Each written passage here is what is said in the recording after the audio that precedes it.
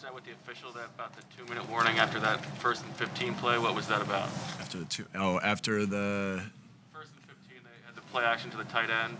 Yeah, you know what? I'm actually I was on them a couple times, so I'm not really sure which one you're talking about. But yes, it's just the heat of the game. Sometimes is you kind of that happens sometimes. I always understand that the officials have a very tough job, and their job is hard too. In that you know, and it's kind of how it goes for full circle. I'll recognize that, even though if sometimes I'll get on them, but they have a tough job, and they did their job, and they did. That was about. I don't actually. I'm sorry. What was his explanation? It appeared that the offensive lineman, it was an illegal offensive lineman downfield. What was the official's explanation? I thought it was. They thought it wasn't, and so I mean that's the way it goes sometimes. With that play, we've actually, as our offense, we know we've made strides as on penalties as our team.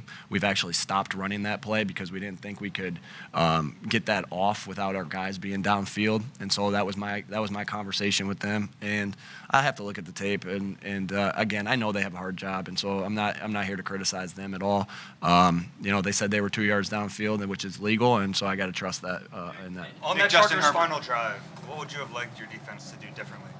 Well, obviously, you want they kept them in the 3rd and 1, 4th and 1. Obviously, you want to be able to get the stop, and I thought they did a good job of not jumping off sides. Chargers, I thought they might kick the field goal after they went the no-brainer, but they didn't, and hats off to them. They executed. But anytime they convert on a short yardage, I mean, I know that the percentages are high on short yardage. I'm not sure exactly what they are league-wide, but obviously you just want to get a stop in that scenario. And so I'll have to look at the tape of the execution, the call and everything like that. But you just want to get a stop there in that scenario and give the ball back to the offense. I mean, that's the name of the game, and that's what you want to happen in that scenario. For completion percentage for Justin Herbert, did Jonathan mix it up enough to your satisfaction? Obviously, anytime you play a quarterback like Justin Herbert, there's no surprise. I think he's a good quarterback. We all know he's a good quarterback.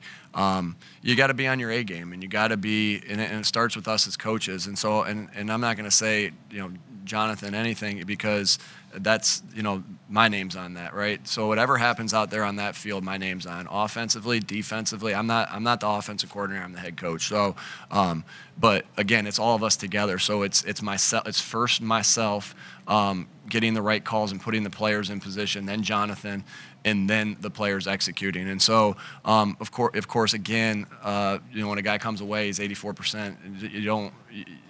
You're going to say that we didn't do our job, right? And so we just got to be better. Again, I'll have to go look at the tape and look at all the calls, but obviously not good enough starting with myself and by the defense there with the pass defense. How did you feel like Jalen handled himself in that fourth quarter drive, the one that tied? Yeah, he was a stud.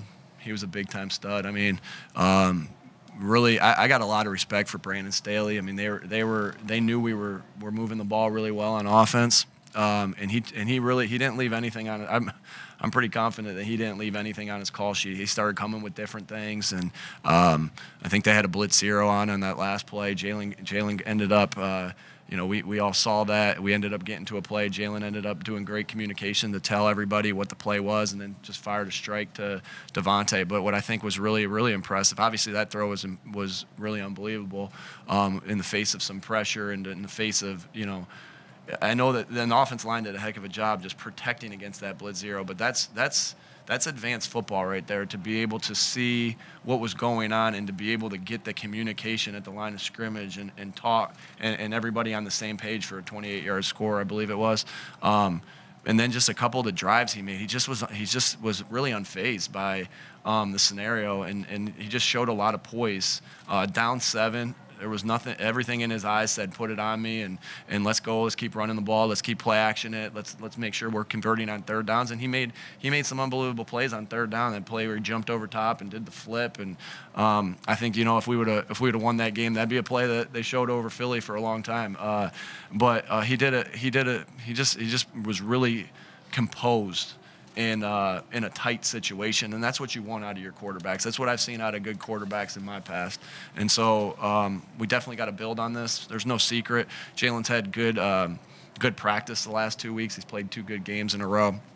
And so we just got to go back and have another week like we did last week offensively to put ourselves in a position to win next week. How is this to the running game kind of like help set up Jalen's throwing, especially in the second half, like later in the season? Yeah, I think when you're running the ball like that, the defenses have to, they have to do different things to stop the run, right? Because I think that's when I'm not sure exactly what we have, guys, 170 or something like that. When you're running the ball like that, again, there's different answers the defense has to come with, right?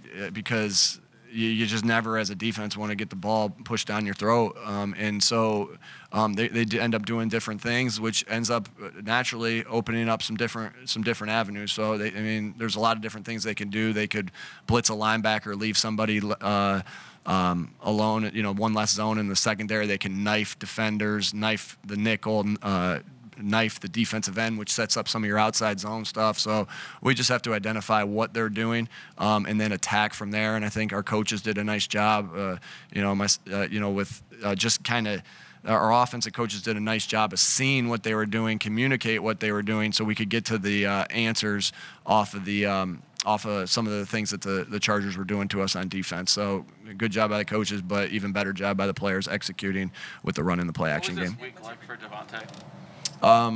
Yeah, I'm not going to go there. I know, you guys can ask him if he wants to open up about that. Every conversation I have with players is going to be private, and but